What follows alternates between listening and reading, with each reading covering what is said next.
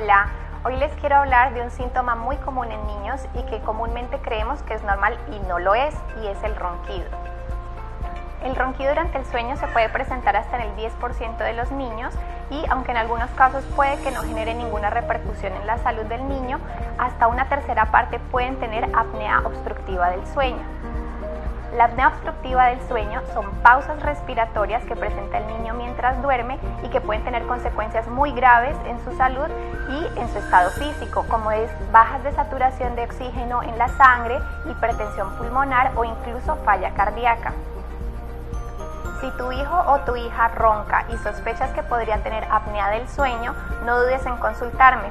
Podemos verificar si existe la apnea y buscar el mejor tratamiento disponible para ellos.